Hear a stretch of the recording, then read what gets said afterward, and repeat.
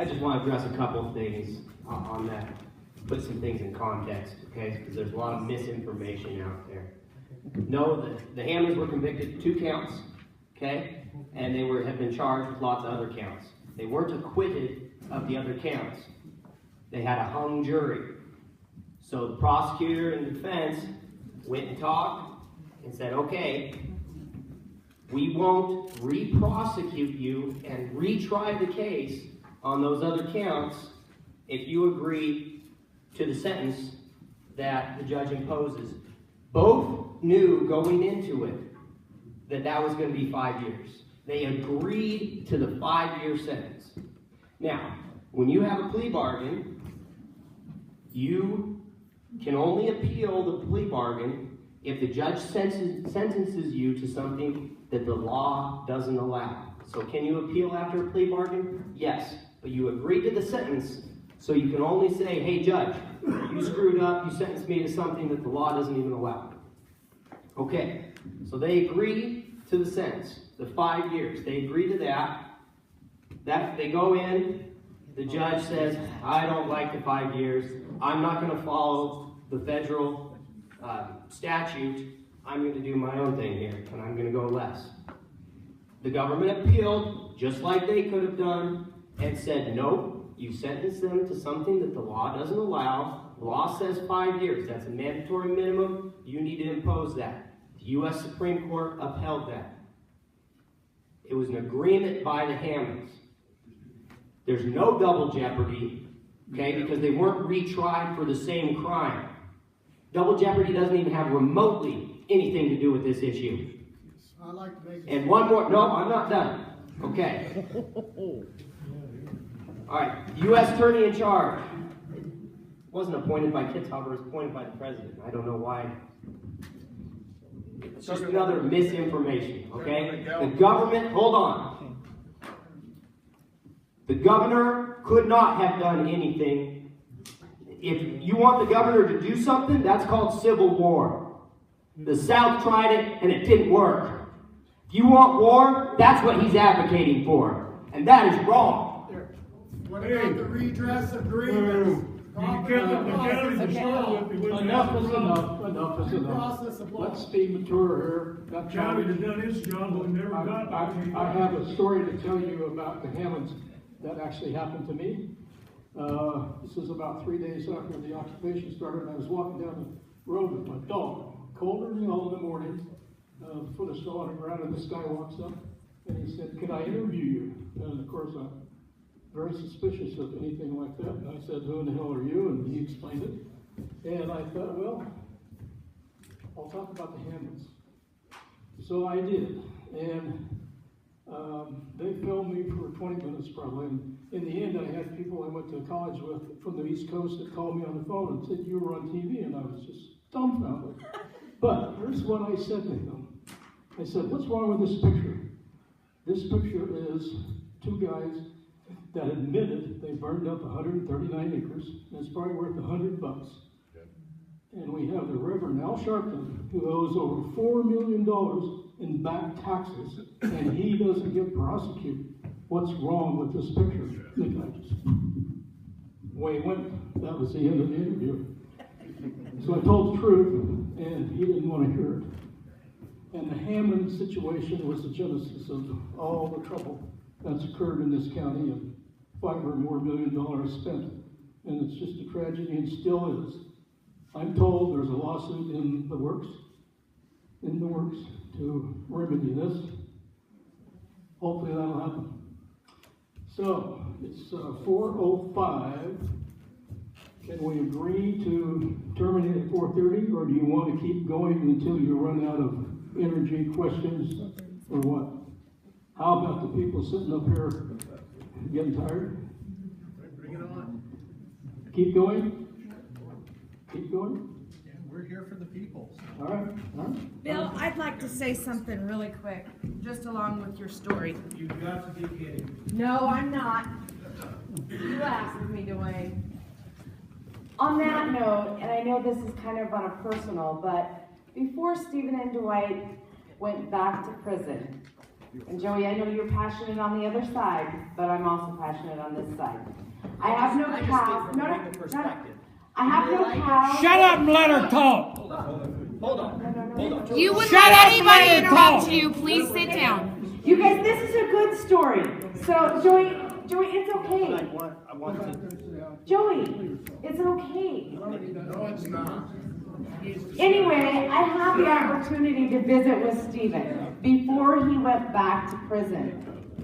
And I don't know, there's a lot of people in here that I know that are godly people. You look back in the Bible and you look at Paul's experience. He went to prison for things that he shouldn't have gone to prison for. Did he grumble? Did he complain? No. He was there for a purpose. The Lord has put Stephen where he is for a purpose. And what that man said to me was, if I can make one soul, if I can service one soul to come to Christ while I'm here, I have served my purpose. You know, I don't have a dog in the fight. I don't have any cows to graze, and I don't have any grass to grow. I don't have no fences to build. I don't have anything. What I have is selfishness.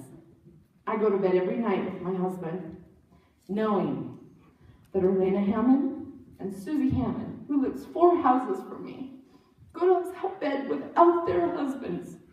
But to know that those men know that there is a bigger plan. God has put them where they are. So we can fight all we want about the Hammonds.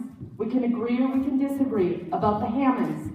But those people are good people, and they will supersede all of this.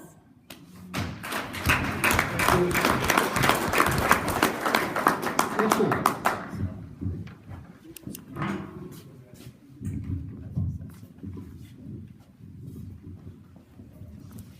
I've been listening to all of you talk tonight. There hasn't been much conversation from the group out here.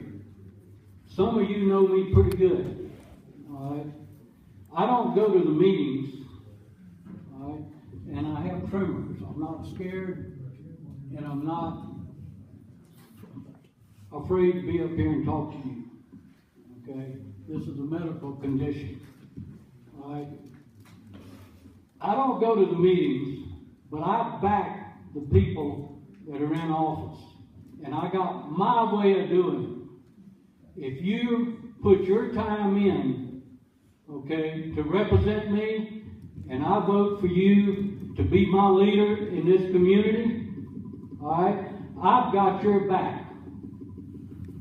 The federal government does not have a right to own property. Amen. They might be running that property, but somebody needs to go back to school. They must have missed a class somewhere along the line on our Constitution. You can have your own opinion, and you can interrupt people, and you can scream and holler, and you're the first one to do it. All right? You need to sit down and grow up. We were having a nice political gathering here until you got up and started screaming. No. I'm going to tell how I back my commissioners. I've got your back. I don't go to your meetings. But if you got to travel and you got to put in your time and you need me to do something for you, I will be there. Thank you.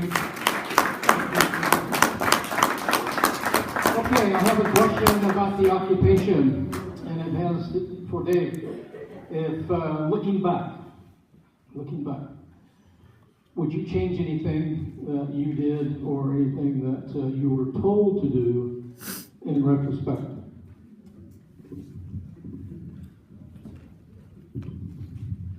Well, we're talking about going back to school. That's a class I didn't get, so the occupation stuff. It was an entire learning experience all the way through. I asked around to more experienced sheriffs and said, what do I do? You know, everybody said, Dave, you're the first one to go through it. So, what I did the best I could with it. Would I change stuff? Absolutely.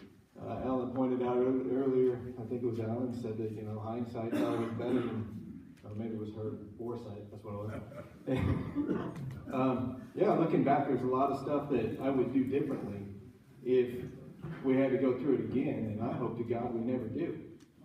You know, I think that a lot of these things can be avoided if we sit down and work on the issues together. And there's a lot of us in the room that disagree on some stuff. My guess is we probably agree on more than we disagree. We sat down to start working on the issues at hand and working through these things. Instead of getting mad and fighting back and forth with each other, we're probably going to cover a lot more ground. Our government's got broken pieces at every level. Every level.